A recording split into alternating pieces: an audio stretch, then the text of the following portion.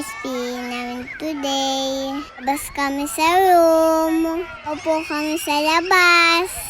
Super enjoy. Nagkaro ko sa classmate ko. Gat kami si third line. Follow namin si teacher. Ayan po, tatakbo kami. Nadapa po ko. Pero di po ko iyak. Low pa din po ko. Ayan po, ang kukulit ng classmate ko. Sabay-sabay teacher namin. Pause na po ko daan. Kaming laro. Sunod na. Lahat kami enjoy. Pause na kami.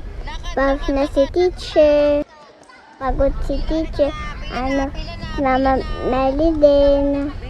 Balik na kami sa classroom. Tawag kami mababigay. Bye po. Love you po.